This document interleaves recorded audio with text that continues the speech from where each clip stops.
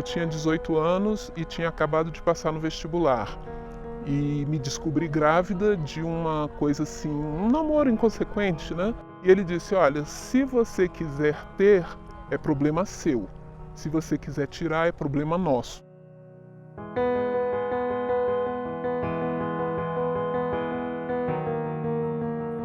Tudo que eu mais queria naquele momento era fazer o aborto. Eu sempre tive total convicção. O que foi difícil foi enfrentar o sofrimento físico, que é aquela substância, aquela coisa que usaram em mim, eu não sei nem o que é, e o medo de morrer.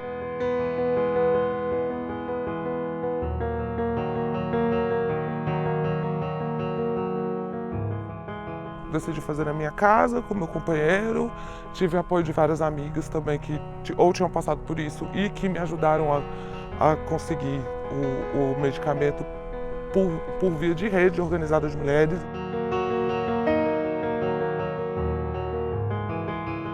Você não sabe se vai sair viva daqui.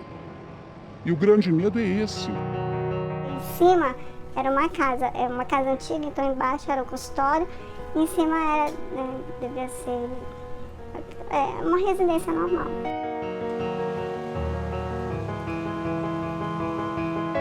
Muita coisa acontecendo e eu sozinha para lidar com isso, eu falei, não é assim que eu quero ter um terceiro filho, não é nessas condições. Essas histórias são mais comuns do que se imagina. A Pesquisa Nacional do Aborto mostrou que, pelos mais diversos motivos, 1 em cada 5 mulheres brasileiras já interrompeu uma gestação. Segundo a Organização Mundial da Saúde, são realizados em média 25 milhões de abortos inseguros por ano em todo o mundo.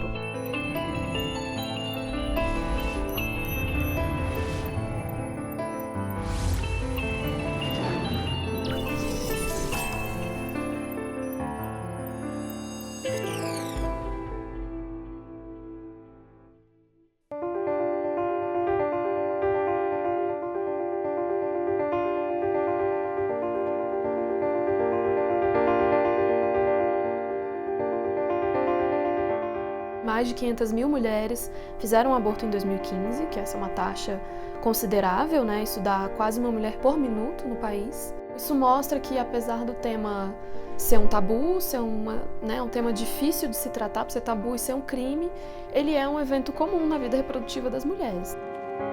A pesquisa também revela quem são essas mulheres, e o perfil está longe do imaginado pelo senso comum. Em sua maioria, elas são mães, estão em um relacionamento estável e se declaram religiosas. A interrupção da gravidez, de forma voluntária, é feita por mulheres em todas as idades e de todas as classes sociais. Às vezes se imagina que essa mulher vai ser uma adolescente, inconsequente, ou uma mulher que não tenha vínculos familiares, e na verdade o que a pesquisa mostrou é que não. Na verdade, muitas delas têm filhos e têm uma relação estável, seja um casamento ou uma relação com um companheiro. Então, na verdade, elas são mães, elas sabem o que é ser mãe, né? E justamente por isso, talvez, elas saibam o momento em que elas não conseguem ser mães, né? Não conseguem seguir adiante com uma gestação. É como se a mulher ela nascesse para ser mãe. E quando ela decide não querer ser mãe naquele momento, é uma coisa extremamente errada. A gente tem o fardo da maternidade nas costas. De família evangélica, ela engravidou aos 15 anos. Na ocasião, a sugestão pelo aborto partiu da própria mãe. Quando eu descobri que eu estava grávida na adolescência, a primeira pessoa que eu falei foi para minha mãe. E a minha mãe, né, logicamente, foi aquela coisa normal de mãe, me deu uns tapas, brigou. E a minha mãe quis que eu abortasse. Então a minha mãe, durante a minha gravidez, né, bem no início, ela me deu muito medicamento, mas eu não abortei. Anos mais tarde, diante de uma nova gravidez não planejada, tomou a decisão por conta própria. A minha filha já estava grande, eu ainda estava estudando, eu não tinha condições financeiras para ter um outro filho, eu morava com os meus pais, queria uma coisa mais eficaz, porque eu não queria correr o risco de manter essa gravidez. E alguém falou para ele de uma mulher que era na casa dela, que fazia, né, coisa e tal, e nós fomos lá. Só que quando eu cheguei lá, gente, eu fiquei assim, com medo, porque quando eu vi era uma senhora idosa, né, ela assim pegou na minha barriga, coisa e tal, falou o valor que era e marcou uma data. Só que eu saí de lá muito assustada, com medo, porque recentemente, nesse mesmo período, na rua da minha casa, uma moça tinha morrido porque ela tinha feito aborto. E aí ele conseguiu um outro endereço, que era de um médico aqui da nossa cidade, que ele tinha um consultório na parte central aqui da cidade. E nós fomos lá, né? Chegava, era uma clínica ginecológica. Ela lembra da sensação de alívio ao sair da clínica. Mas eu não posso dizer que eu não me senti aliviada no final, porque foi esse sentimento. Porque eu não queria ser mãe naquela... Eu não sei, é egoísmo da minha parte ou não, mas era uma coisa assim que eu não quis. Cada mulher vai ter o seu motivo para fazer isso, né? E ela faz essa escolha, eu tenho certeza que o sentimento pode ter a tristeza, pode ter tudo, mas ela vai ter também um alívio, porque ela conseguiu o que ela queria. Toda essa carga, né, de responsabilidade, porque é tudo tu que vai parir, se vai abortar, é tu que vai abortar, então é tudo a mulher.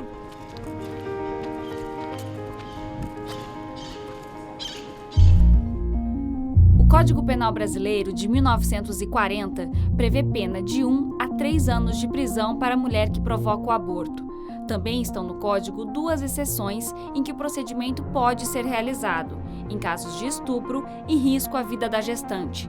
Mais recentemente, em 2012, o Supremo Tribunal Federal decidiu que a interrupção da gravidez de um feto anencéfalo também não é crime. O direito à vida ele é o primeiro de todos os direitos, e sem o direito à vida eu não tenho nenhum outro, né? Então, ele é um direito fundamental, básico, e daí a grande importância de, para se defender direitos humanos, se defender o direito à vida desde a concepção. A criminalização do aborto no Brasil hoje impõe às mulheres que decidem, sobretudo as mulheres de baixa renda, as mulheres pobres, as mulheres que vivem em periferia, e todas as estatísticas também apontam que são as mulheres negras as maiores atingidas, né, por essa mortalidade, por falta de atendimento, por um atendimento não seguro. São justamente essas condições da insegurança, da não cobertura do Estado, com o serviço de saúde legalizado, com todo o aparato, que leva as mulheres à morte. É uma situação que nenhuma cidadã brasileira deveria passar. A criminalização de qualquer prática, ela só existe porque o crime existe. O argumento de que eu deveria descriminalizar porque existe, a meu ver, é um argumento muito incoerente, né? Quer dizer, o objetivo da criminalização não é que se faça o clandestino, é que não se faça. Então, é claro que a gente sabe que o clandestino acontece, do mesmo modo que acontece o roubo, que acontece o homicídio, que acontece, né, todos os crimes, né? Mas o fato de se fazer o crime não pode justificar que esse crime não venha a acontecer. A finalidade do direito penal é coibir a prática. Ou seja, por que se diz que matar é crime? Porque a gente não quer que as pessoas matem as outras, né? Então, assim, o direito penal tem essa finalidade de coibir a prática ou coibir o ato que está ali criminalizado, né? Que é taxado como crime. E no caso do aborto, é muito claro que o direito penal não cumpre essa finalidade. Ou seja, apesar do aborto ser crime, as mulheres continuam abortando. Dados da Organização Mundial da Saúde mostram que abortos ilegais matam uma mulher a cada 2 dias no Brasil. De acordo com o Ministério da Saúde, o SUS atendeu, em 2015, cerca de 200 mil mulheres que tiveram complicações causadas por procedimentos clandestinos. O aborto ele sempre oscila entre a 4ª ou 5ª causa de morte materna, né, de mortalidade entre mulheres em idade reprodutiva no Brasil. Então é um número muito expressivo. Os dados eles são relevantes para a saúde pública, para a saúde coletiva no Brasil. A gente pode dizer que eles têm relevância epidemiológica. O que é isso, né? Eles fazem com que o Estado tenha que agir relacionado à morte e mortalidade de mulheres em decorrência de abortos clandestinos e ilegais no Brasil, só que o Estado não pode agir dentro da área da saúde pública porque é crime. Então a gente deixa essas mulheres à própria sorte. Então descriminalizar o aborto é salvar a vida das mulheres.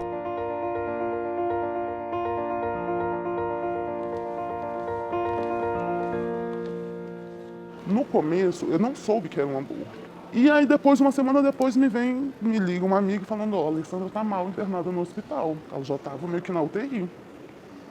E aí, depois que eu consegui conversar com ela, eu lembro até no dia que eu tava tentando visitar ela na UTI, na hora que eu não consegui ver ela com vida. Foi só depois da morte de Alessandra que sua amiga descobriu que a infecção generalizada havia sido causada por medicamentos para provocar um aborto. Ela tomou uma vez também, não deu certo. Ela tomou pela segunda vez, muitos comprimidos. E aí foi fazer a curetagem no Pronto Norte. Saiu, deu 2 dias, começou a ter febre. Ficou uns 2 dias internado também, mas já com várias falências, com a infecção generalizada, já com o rim comprometido, fazendo hemodiálise. Eu sei que foi uma semana entre ela ser internada e falecer, né? E enfim, tentei buscar várias explicações nesse momento. Cheguei a conversar com amigos médicos que chegaram a cogitar a possibilidade de ter se rompido o útero dela e intestinos e tal, e para ter causado essa infecção generalizada tão rápido, né? Isso meio que feriu as estatísticas, né? De vir ao falecimento de uma mulher classe média católica, de família extremamente católica. A legalização do aborto, ela é pedida como uma medida que faz parte de uma política pública muito mais ampla de garantia de direitos reprodutivos. Então, essa política pública implica a possibilidade do planejamento familiar, o acesso a métodos contraceptivos, acesso à informação, né? E a possibilidade de ter acesso a um aborto legal e seguro, quando em um momento de urgência e necessidade, faz parte de algo que é muito mais amplo. Tem uma frase de um obstetra, o professor Colas, da Universidade Federal de São Paulo, que ele fala, né, que quando um Boeing cai, a gente fica aterrorizado. Mas tem um Boeing de mulheres caindo por dia no Brasil e ninguém fala nada.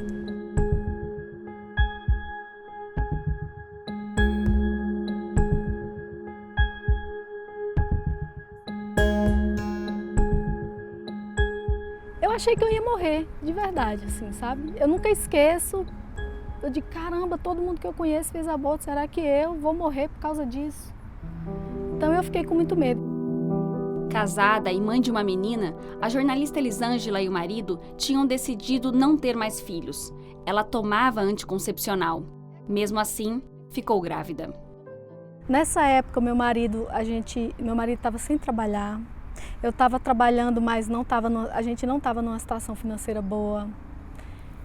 Então, tudo isso só agravava o meu desespero de estar grávida sem querer. Porque se tem uma coisa que uma pessoa nunca vai saber, principalmente um homem, é o sentimento horrível, desesperador de você estar grávida sem querer estar grávida, sem querer ter filho, sem querer pôr mais uma pessoa no mundo, sem querer ter toda aquela responsabilidade que vem, né, com a maternidade, com a gravidez. Diante da gravidez, a decisão pelo aborto foi tomada junto com o marido. Ter um companheiro, ter um marido que estava ali do meu lado me apoiando para tudo, é essencial. Eu imagino que deve ser muito mais difícil você passar por tudo aquilo que eu passei sem ter uma pessoa do teu lado para te confortar, né? Para dizer que vai tudo ficar bem, para cuidar da tua filha, enfim. Tudo isso fez muito, acho que é fundamental. Ao procurar ajuda, o casal se deparou com outros casos de mulheres que já tinham passado por isso. E foi aí que descobriu uma clínica clandestina para realizar o procedimento. Eu não lembro mais o nome dessa mulher, não lembro mais quase nada. Eu só lembro do cheiro da casa dela e do rosto dela, porque são coisas assim que marcam muito.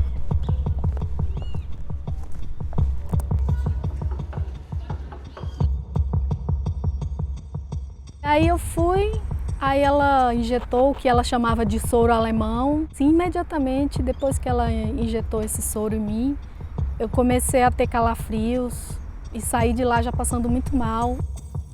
Então cheguei em casa muito mal, com muita cólica, comecei a passei muito mal o domingo inteiro. Na segunda-feira a hemorragia só aumentou. Da segunda-feira para terça-feira, a hemorragia estava tão intensa que eu botava assim uma toalha e ensopava na mesma hora. Eu comecei a ficar desesperada, eu vou morrer.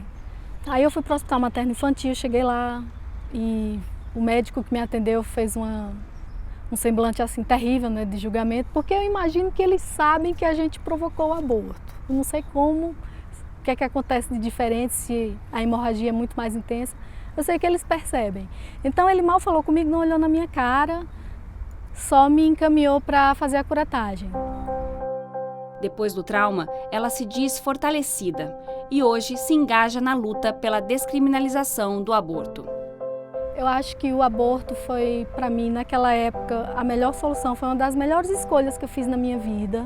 Depois, essa tatuagem que eu tenho aqui, eu fiz logo depois, porque eu passei por uma situação assim tão difícil, que na época eu fiz a tatuagem que eu digo assim, não, toda vez que eu olhar para essa tatuagem,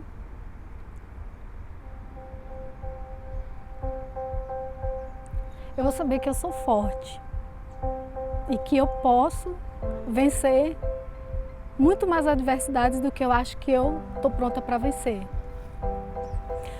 E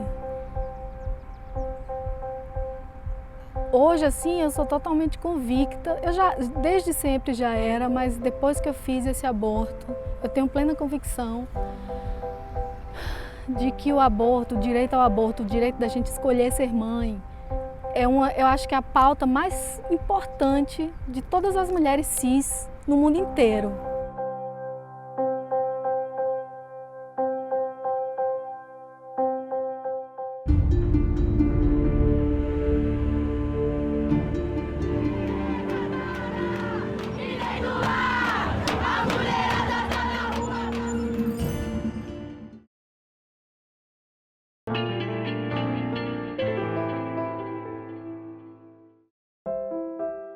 Meu nome é Rebeca, tenho 30 anos, sou mãe de 2 meninos, o Thomas, de 9 anos, e o Felipe, de 6 anos. Antes de me julgar, ministra Rosa Weber, peço que me escute, pois não é fácil, mas tentarei descrever o motivo do meu atual sofrimento. Na terça, dia 14 do 11, eu descobri que estou grávida. No dia 23 de novembro do ano passado, a estudante de Direito Rebeca Mendes fez história ao se tornar a primeira latino-americana a pedir no Supremo Tribunal Federal autorização para realizar um aborto. Rebeca enviou uma carta para a ministra Rosa Weber contando sua história. Mãe de 2 filhos pequenos e em um emprego temporário que terminou em fevereiro deste ano, ela ainda estuda à noite. Engravidou enquanto trocava de método contraceptivo. Eu passei o ano passado inteiro tentando marcar ginecologista. Eu sei que a minha consulta, quando eu consegui marcar, ela demorou 6 meses para acontecer. Em setembro eu passei na ginecologista, falei para ela, olha, eu não estou tendo menstruação, eu quero mudar de método, eu quero colocar o DIU para eu parar de tomar hormônio, porque eu estou me sentindo muito mal. Comprei o teste e deu positivo. Eu voltei da faculdade, fiz, deu positivo, eu logo entrei em contato com o pai, falei para ele. E ele foi a primeira pessoa, não tinha pensado, eu não queria, mas assim, até então não tinha pensado em interromper. Conversei com o pai, ele falou assim, olha, eu não quero e para mim você interrompe. Eu falei assim, eu vou pensar porque no final de contas a decisão é minha, sei o que eu vou fazer. O pedido foi incorporado a uma ação ajuizada no STF em março de 2017 pelo ANIS, Instituto de Bioética, e pelo Partido Socialismo e Liberdade, o PSOL. A ação pede a descriminalização do aborto até a 12ª semana de gestação. O principal argumento é que a criminalização fere direitos fundamentais garantidos na Constituição brasileira, como dignidade, liberdade e saúde. Foi uma semana bem conturbada, onde todo mundo ficou sabendo, o pessoal da faculdade ficou sabendo. Muita gente ali não entendeu realmente o motivo, né? Todo mundo achava, o pessoal começou a achar que eu passava fome, que eu decidi fazer o procedimento e que eu mudaria de ideia se me dessem um enxoval da criança, se me dessem 1 quilo de arroz, 1 quilo de feijão. E assim, é difícil fazer as pessoas entenderem que é exatamente para não passar por essa situação que eu decidi fazer esse procedimento. O caso ganhou grande repercussão. E Rebeca teve que lidar com questionamentos de todas as partes. Uma pessoa se achou no direito de ir até a minha casa num domingo à noite para me contar a história dela e para falar que aquilo estava errado e que ela me oferecer e que ali ela estava ali para me oferecer o enxoval da criança para eu mudar de ideia. Perguntei como ela conseguiu o endereço. Aí, assim, na cabeça dessa pessoa, ela tinha assim autorização para estar na minha casa, porque como o meu processo era público, com isso ela já tomava liberdade para vir até a minha casa para falar a opinião dela. Isso realmente me assustou. O pedido foi negado. A relatora não chegou a analisar os argumentos de Rebeca, alegando que a ação inicial não serve para situações individuais. Sabe quando você consegue ver tudo de uma maneira desesperada? Bom, e o que eu vou fazer agora? Como é que vai ser agora? Eu não tinha ninguém para me apoiar, porque o meu ex-companheiro falou, eu te apoio, mas ele me apoia da casa dele. Nada mudou, ele não foi exposto, não era ele que tinha que dar explicações, por que não se preservou, por que não fez isso, ou deixou de fazer aquilo. Então, assim, eu tive que lidar com tudo muito sozinha. Eram perguntas que eu tinha que responder para os dois, que são pequenos, mas que são minha família, pergunta para as pessoas, tentar defender a minha decisão. Então, assim, foi muito, muito, muito mesmo complicado. Em meio a tudo isso, Rebeca foi convidada para participar de um seminário na Colômbia, organizado pela ONG CLACAI, Consórcio Latino-Americano contra o Aborto Inseguro. Lá, descobriu que poderia fazer o procedimento de forma legal. A partir do momento que essa mulher diz que não quer ter essa gestação, a legislação deles entendem que ela vai fazer de tudo para interromper essa gestação. A partir do momento que ela vai fazer de tudo, é de tudo mesmo. Então ela já coloca a vida dela em risco. Veio o convite, aproveitar que eu já estava lá, se eu não queria realizar o procedimento numa clínica lá. Eu aceitei. Eu conversei com um coordenador, que também é médico lá, que acabou realizando o meu procedimento. Ele me explicou como seria, as consequências e falou assim, olha, o mais importante é que a mulher ela saia de lá com um procedimento seguro, mas que ela saia de lá também com o método contraceptivo que ela escolher. Eu escolhi o meu, né, que foi um implante subcutâneo.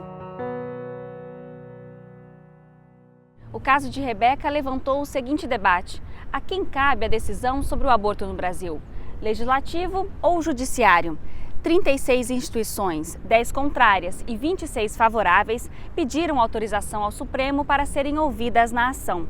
A gente tem um Congresso, que é o Congresso com uma composição mais de direito, reacionária, desde a ditadura militar. Então, com um congresso como esse, em que, na verdade, o que a gente está assistindo é a propositura de uma série de legislações que vão implicar em retrocessos muito severos nos direitos humanos das mulheres, parece que não dá para dialogar muito com um congresso desse, né? Tendo expectativa de que vai haver transformações do ponto de vista progressista, né? E de alcançar maior direitos, maiores proteções para as mulheres.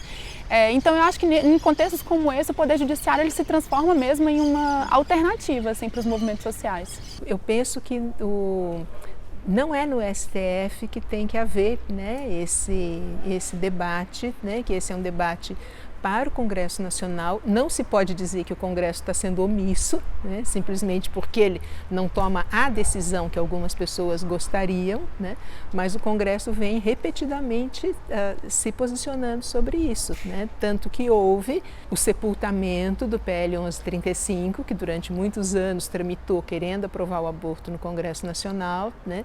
Depois temos vários projetos de lei, tanto para aumentar a criminalização, como para tirar essa criminalização em casos específicos. Todos eles têm sido debatidos, tem havido audiências públicas. Eu penso que é um abuso levar o assunto para o Supremo Tribunal Federal, principalmente a partir de um partido político, né? Que no caso o PSOL, quer dizer que teria que ser o primeiro a buscar o caminho realmente do Congresso Nacional para fazer esse debate.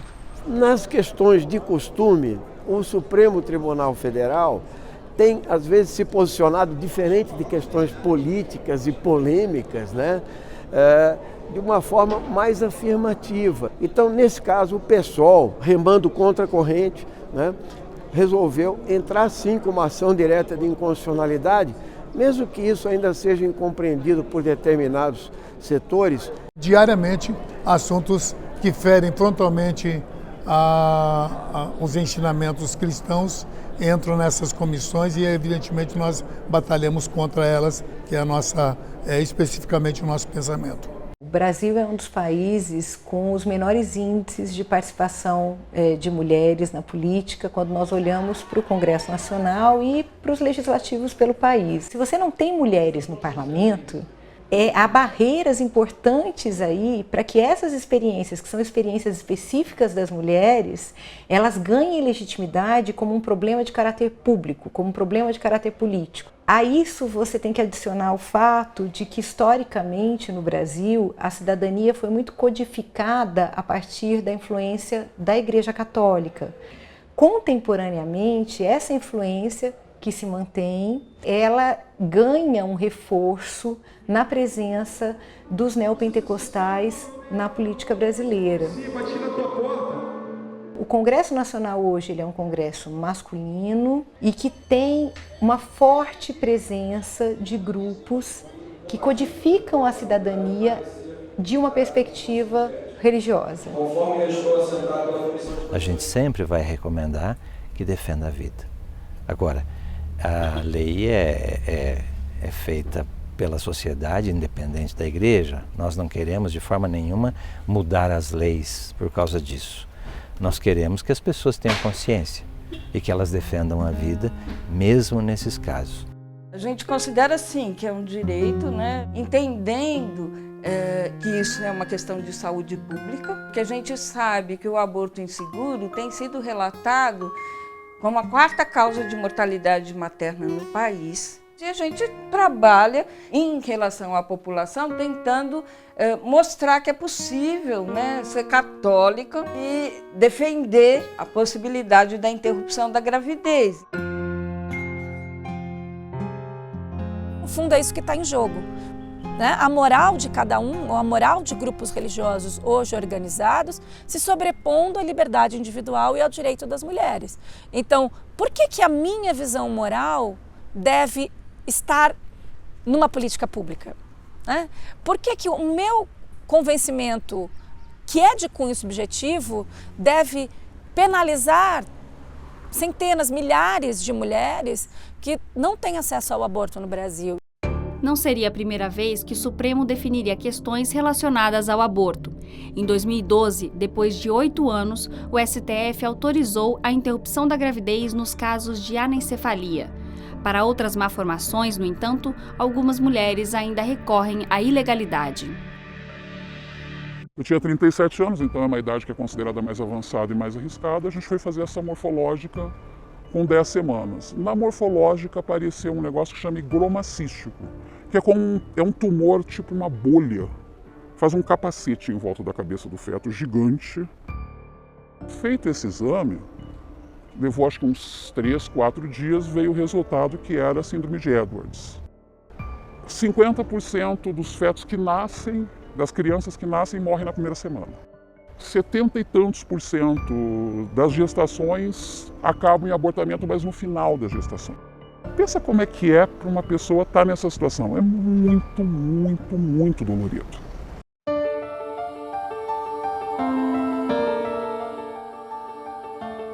Diante da tristeza, a família não viu outra saída. O médico indicou o nome da clínica e uma pesquisa rápida na internet deu o endereço. Era o endereço de um lugar discreto, mas com uma cara assim, cara de clínica médica mesmo, um atendimento bastante organizadinho, um lugar muito limpo, com secretárias, claro, com uma vigilância grande, mas um lugar que parecia muito seguro. Quando você sai da sala, vai para a secretária, o que a secretária te conta? É o dobro do preço, porque é anomalia. E não é feito por eles. Eu assinei um termo que dizia que eu não processaria, que eu estava muito consciente do que eu estava fazendo, que não seria lá naquela clínica, seria com um associado. Naquela clínica, você chegava, assim, era muito impressionante, você chegava na sala de espera e eram só mulheres com idade gestacional avançada ou meninas muito novas. A clínica da Zona Sul era um lugar limpo, com uma cara de hospital. Esse lugar não, era meio açougueiro mesmo. Você está cometendo... Você vai chamar quem? A polícia se te matarem lá dentro? Quem te defende? Ninguém. Você está cometendo um crime. E é uma marca que fica pro resto da sua vida. E a marca não é a do aborto, não é da interrupção da gestação. A marca é da ilegalidade. O que me dói até hoje, e dói mesmo, porque é um luto, é o fato de que eu estava numa situação de vulnerabilidade e eu ainda tive que me vulnerabilizar muito mais para conseguir ter um mínimo de dignidade. Mesmo com mudanças na lei, o consenso sobre o aborto ainda está longe de ser uma realidade. Manifestações contrárias e favoráveis à legalização ocorrem todos os anos em diversas cidades brasileiras.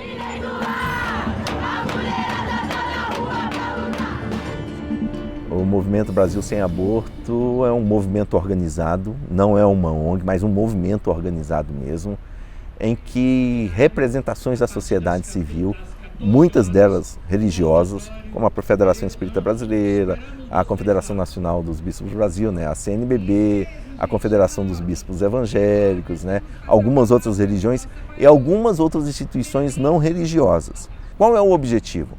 É de chamar a atenção da população para que o aborto não seja aprovado no nosso país. Nesse sentido, a gente tem tido uma atuação no Congresso Nacional, muitas vezes no próprio Supremo, né, junto com algumas outras entidades que têm representação. E, se nós formos ver, muito disso representando a população brasileira. Do ponto de vista do direito, você pode, né, debater, certo? Se eu dou o mesmo direito para um ser humano recém-constituído, né, ali no momento da concepção, ou se eu vou só passar a dar, né, direitos a esse ser humano em outro momento. Só que para fazer isso, eu estou lesando um ponto fundamental da nossa Constituição, que é exatamente a igualdade entre todos. Em novembro do ano passado, uma proposta de emenda à Constituição levou mulheres às ruas. O texto base foi aprovado em uma comissão especial da Câmara dos Deputados, composta por 18 homens. A PEC 181 foi considerada pelos movimentos feministas um risco para que o aborto voltasse a ser proibido, mesmo nos casos em que hoje é previsto em lei. Atualmente, a PEC está parada na comissão especial, aguardando a análise de outros trechos. A sociedade brasileira entende que não há como retroceder direitos conquistados. Então, acho que essa é a nossa grande vitória, é a grande conquista democrática que a gente pode celebrar. É uma vez garantido esse direito, já num processo histórico de luta, né, de diálogo e de reivindicação organizada, elaborada das mulheres, é difícil retirar esse direito. Outro ponto levantado quando o assunto é aborto é a necessidade de se discutir planejamento familiar, educação sexual e acesso a métodos contraceptivos nas unidades de saúde. Além disso, especialistas defendem que a oferta de preservativos não é suficiente se não for acompanhada de uma discussão mais ampla e aprofundada sobre direitos sexuais e reprodutivos. Porque o problema do aborto e da morte por aborto, por procedimentos clandestinos, é um problema da falta de acesso a medicamentos contraceptivos, é um problema do não debate sobre a necessidade de planejamento familiar. Aí tem o problema anterior, que é sobre a não educação sexual das escolas, o diálogo com os adolescentes que já iniciam sua vida sexual muito prematuramente, inclusive. O não diálogo sobre os casos de violência e abuso sexual infantil. Então, são vários temas e um problema que vai sendo criado uma bola de neve. Em Macapá, a coordenadora de saúde explica que são distribuídos anticoncepcionais hormonais, além de preservativos e da implantação do DIU. Para isso, as pessoas precisam ir até as unidades, onde recebem também orientação sobre o uso. E a partir do momento que ela chega, a mulher, quando ela faz uso dos medicamentos, no caso dos anticoncepcionais, tanto orais quanto os injetáveis, ela precisa passar primeiro por uma avaliação médica. Segundo Tânia, os jovens são os principais usuários dos métodos disponíveis nos postos de saúde. Normalmente são adultos jovens, né? Adultos que em torno de 19 anos em diante, até por volta dos seus 30 anos. Esse grupo ele é o que mais busca realmente, tanto os métodos contraceptivos hormonais, os medicamentos, quanto os insumos, que no caso seriam os métodos de barreira. A mulher, ela procura mais, ela se previne mais, né? Ela vai mais em busca, ela se cuida e tenta cuidar do homem. As mulheres, elas, por um lado, elas são responsabilizadas, né, por cuidar da sua vida reprodutiva como se elas pudessem reproduzir sozinhas. E aí depois elas são responsabilizadas também pelas consequências quando elas não dão conta de fazer isso muito bem, né? De fato, isso faz parte da injustiça dessa lei, né? Uma lei que ela criminaliza apenas um dos lados de uma relação produtiva, né? Criminalizando justamente essa mulher grávida que precisa interromper uma gestação. E, na verdade, é um reflexo da dificuldade de inserir os homens em um campo mais amplo de discussões sobre sexualidade, sobre reprodução, sobre família, sobre cuidado de filhos, né? Sobre todo esse campo.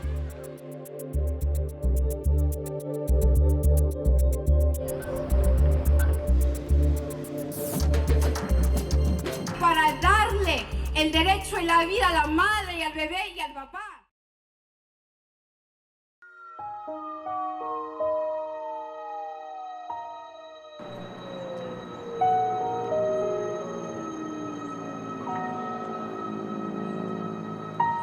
Eu acho que eu nem decidi nada, né? Eu fui conduzida. A pessoa disse, eu não assumo, né? Ajudo a pagar, pago tudo.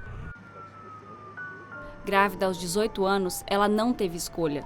O namorado da época e uma amiga da família providenciaram tudo. A viagem para o Rio de Janeiro e as despesas para realizar o aborto em uma clínica clandestina. A última coisa que eu lembro é do médico de olhos claros e máscara falando comigo. Depois eu acordei numa sala grande, cheia de vários colchonetes no chão e aquele monte de mulheres no chão. Mas assim, eu saí de lá, a única coisa que me disseram é que eu tinha que tirar, tinha uma ponta de gases saindo de dentro de mim, que eles disseram que eu tinha que tirar, né? Acho que era no dia seguinte. Aí quando eu tirei, era assim uma coisa enorme, metros de gás, né? Um tampão. Hoje ela é mãe de 4 meninas, mas demorou para conseguir lidar bem com a maternidade. Eu acho que assim, na minha cabeça, se eu não tive um, não seria justo com ele eu ter outros, né? 10 anos depois eu engravidei, extremamente feliz em estar grávida, né? E assim, foi nesse momento que eu senti uma coisa ruim, né? Assim, um arrependimento e tal. Eu posso dizer que há uma certa frustração de não ter conhecido essa pessoa e isso não tem retorno, não tem como refazer. Mas independente disso, eu continuo sendo favorável à legalização do aborto, né? E eu encaro que o aborto pelo qual eu passei era o que tinha que ser naquele momento.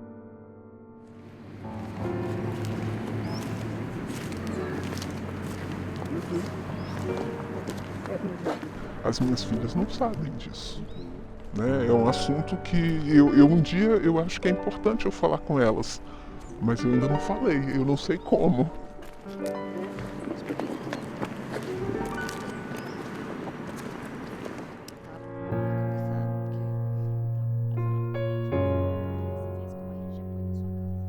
A decisão foi muito acordada também com o meu companheiro e agora a gente decidiu que ele vai fazer vasectomia.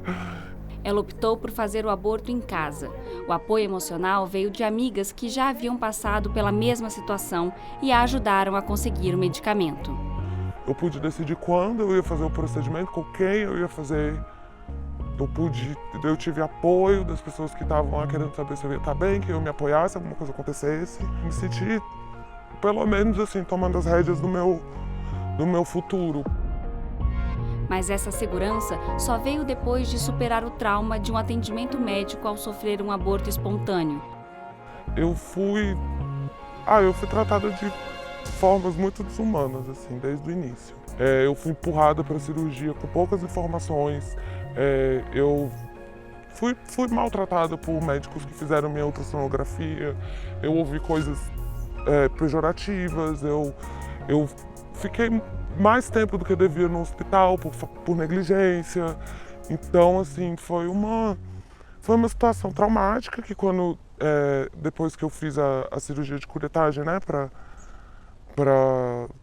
que é o aborto, né, eu voltei para casa completamente traumatizada. Eu demorei muito tempo para me recuperar emocionalmente. Fisicamente eu me resolvi muito rápido, mas psicologicamente eu fiquei muito abalada a ponto de não querer ser mãe mais, assim, ou pelo menos postergar por mais tempo, né? Deixar mais para depois essa opção, porque se nesses casos que o aborto é legalizado e eu dentro de um sistema de saúde privado, em que eu estava investindo dinheiro no seguro e etc., eu saí traumatizada, eu imagino que é para as mulheres que sofrem, né, que não têm acesso mesmo.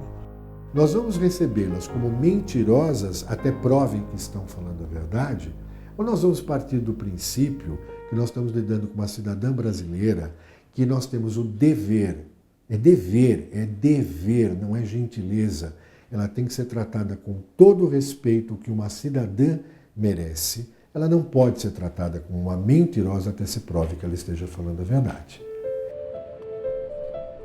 A regulamentação dos serviços de aborto legal no Brasil só ocorreu em 1999, quase 60 anos depois do Código Penal definir quais as situações em que as mulheres têm direito a interromper a gravidez. 68 serviços estão registrados no Ministério da Saúde, mas o Censo Nacional do Aborto Legal, de 2015, mostrou que apenas 37 estavam em funcionamento. Imaginar o que são 37 serviços num país do tamanho do Brasil, né? E ainda mais considerando a distribuição geográfica desigual deles, né? Porque a maioria ficava concentrada em capitais, em 7 estados não tinha nenhum serviço em funcionamento, em só 4 estados tinha algum serviço fora da capital, né? E um dado alarmante que 80% de todos os abortos realizados, todos os abortos legais realizados no país tinham sido feitos em um único serviço.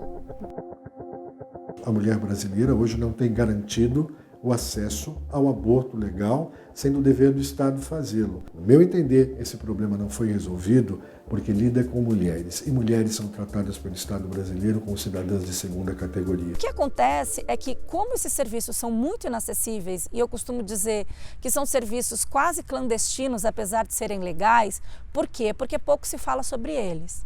Porque o aborto é um tabu tão grande no Brasil que a gente sequer consegue falar e divulgar os serviços de abortamento existentes. Dos 27 estados brasileiros, 20 têm serviços de aborto legal, sempre nas capitais. Eu sou de uma região de proporções continentais, sou do estado do Pará, onde o único serviço de aborto legal é na capital, em Belém, quando eu estou falando de regiões a 900 quilômetros. O Ministério da Saúde não quis gravar entrevista sobre o assunto. Em nota, explicou que nos casos em que o aborto é permitido por lei, as mulheres podem procurar qualquer estabelecimento público de saúde com serviços especializados em atendimento à gestante. Segundo o Ministério, no ano passado foram registrados no país 1.272 abortos legais. O Estado brasileiro não tem absolutamente nenhum argumento para justificar porque os hospitais públicos brasileiros não estão garantindo esse direito para as mulheres.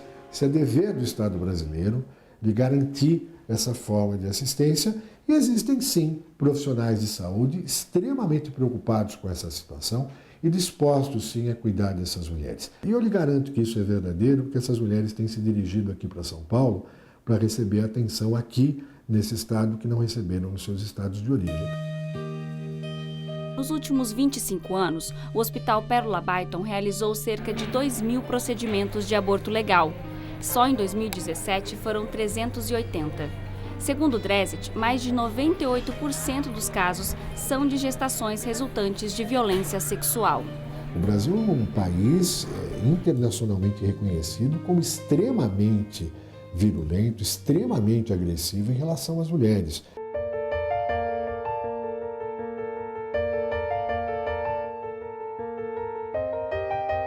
No Hospital Materno-Infantil de Brasília, onde funciona o serviço de aborto legal da capital federal, as estatísticas não são diferentes. Dos 66 casos atendidos ano passado, 65 foram consequência de violência sexual. Quando essa mulher ela chega para a nossa avaliação, a gente explica para ela que ela tem o direito da interrupção da gravidez, mas ela também tem direito de levar a gravidez para frente, ficar com o bebê, e levar a gravidez para frente e deixar o bebê para adoção, e a gente faz todos os encaminhamentos legais junto ao TJDF. É como eu estava dizendo, as mulheres elas chegam com muitas dúvidas mesmo, né? Nós não vamos tomar nenhuma decisão por elas, mas nós vamos apoiá-las dentro dos atendimentos psicológicos, né? Para encontrar a opção menos sofrida para ela dentro desse quadro que ela se encontra. No Distrito Federal, menos de 40% dos atendimentos resultam em abortamento. Ela explica que o hospital segue a norma técnica do Ministério da Saúde. Ela não precisa de encaminhamento, ela não precisa de boletim de ocorrência, basta a palavra dela e basta ela chegar e dizer que foi vítima de violência sexual e que está grávida dessa violência, que ela vai ser acolhida.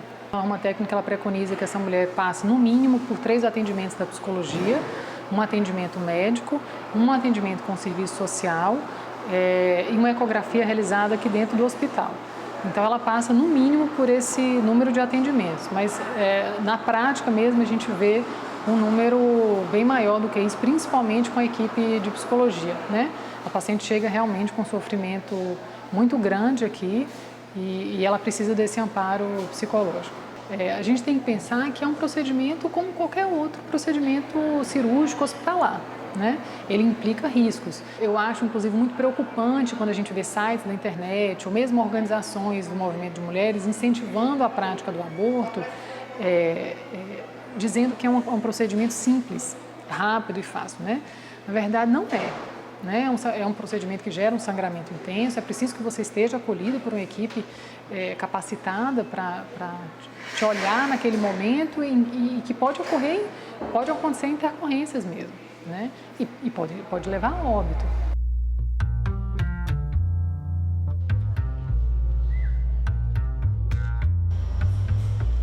Então, o procedimento de aborto em si, quando realizado com os instrumentos adequados, com as medicações adequadas, por um pessoal preparado, com experiência, de uma maneira a ter todas as circunstâncias de apoio para essa mulher, para qualquer intercorrência, inclusive, ele é um procedimento de baixíssima possibilidade de uma complicação grave. No Brasil não há nenhum registro de óbito de uma mulher em função de um aborto praticado de maneira legal. E nos países, na maioria dos países desenvolvidos que faz o aborto legal, esses óbitos são muito pouco frequentes. A Organização das Nações Unidas defende a legalização do aborto como medida para combater a mortalidade materna. Atualmente, 58 países permitem o aborto sem nenhuma restrição. A grande maioria está concentrada no hemisfério norte. A interrupção geralmente é permitida entre a 10ª e a 14ª semana de gestação. Nos outros países, o aborto só é autorizado em casos específicos relacionados à violência contra a mulher ou ao risco de vida da gestante. Em apenas 5 países, o aborto ainda é totalmente proibido.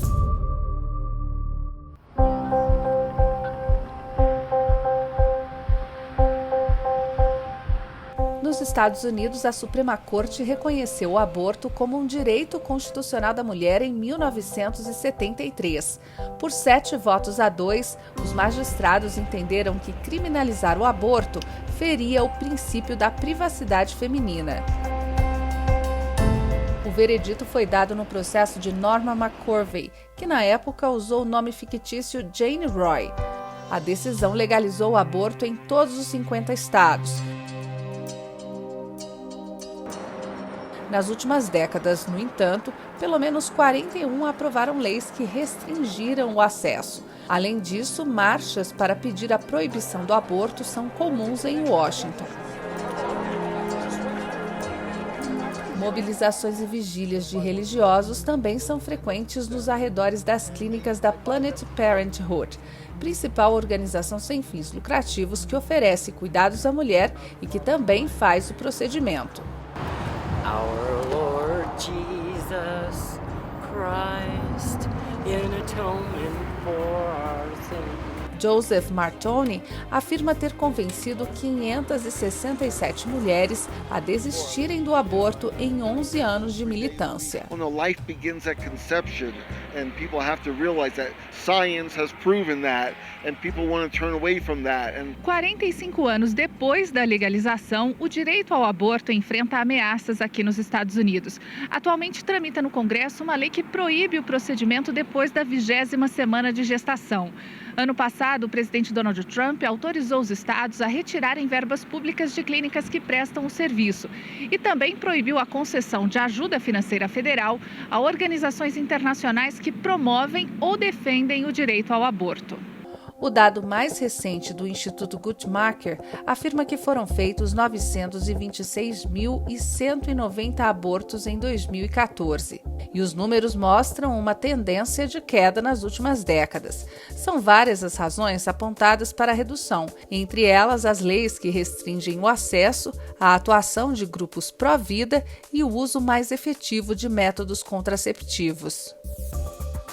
Nos Estados Unidos não existem hospitais públicos e o procedimento pode custar até $1.500 se feito durante o primeiro trimestre de gestação. Segundo o Centro de Controle e Prevenção de Doenças, a taxa de mortalidade de mulheres é de 0,6 mortes para cada 100 mil abortos legais registrados.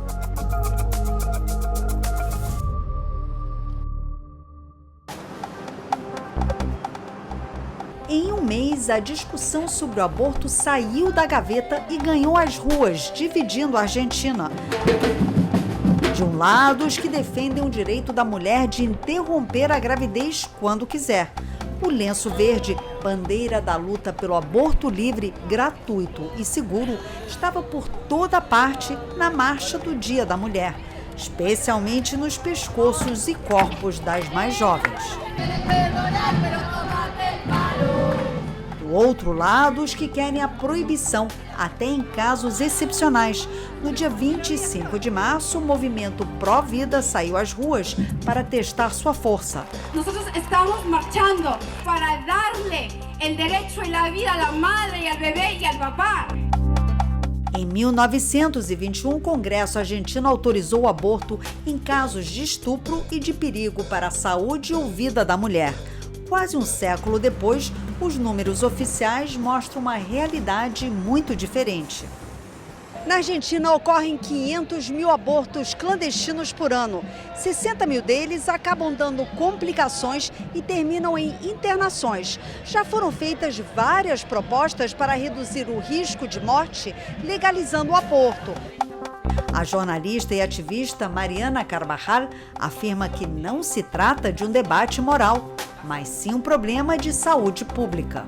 No tienen que resolver qué es lo que ellos piensan frente al aborto, sino que tienen que resolver cómo sociedad, como Estado, enfrentamos un problema que es grave, como es las consecuencias de la criminalización del aborto en la Argentina.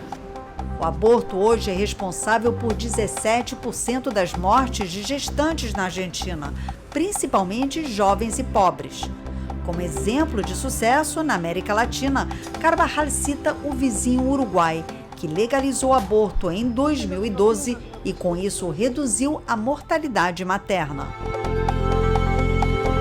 No outro extremo está El Salvador, com uma das legislações mais severas do mundo.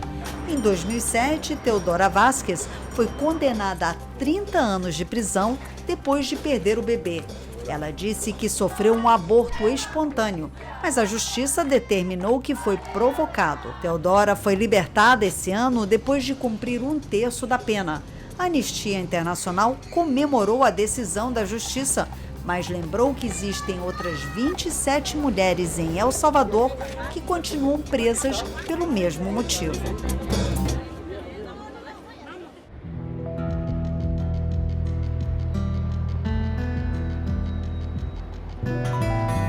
Aqui em Portugal, o aborto foi legalizado através de um referendo em 2007. É permitido até a 10ª semana de gestação por opção da mulher. O procedimento pode ainda ser feito até as 12 semanas de gravidez, caso haja riscos para a mãe, até as 16 semanas em caso de estupro e até as 24 em caso de malformação do feto. De acordo com a lei portuguesa, é obrigatório um período mínimo de reflexão de 3 dias em que a mulher deve receber acompanhamento psicológico para decidir se vai ou não fazer o aborto. Depois desse prazo, a gestante é encaminhada para o serviço de saúde, onde passará pelo procedimento de forma totalmente gratuita. Miriam Bonfim é brasileira e mora há 17 anos em Lisboa. Em 2016, ela realizou um aborto. Eu fiz o processo com 9 semanas e 6 dias. Eu cheguei no hospital, é tudo marcado, passa-se por uma triagem e tudo. Neste momento, a gente entra dentro de uma sala e conversa com uma psicóloga, uma enfermeira psicóloga. Ela te dá todo o apoio, desde psicológico como afetivo. Te abraça, te acalenta e diz que foi a melhor opção, já que você não tem segurança realmente que você quer ter a gravidez, é a melhor opção.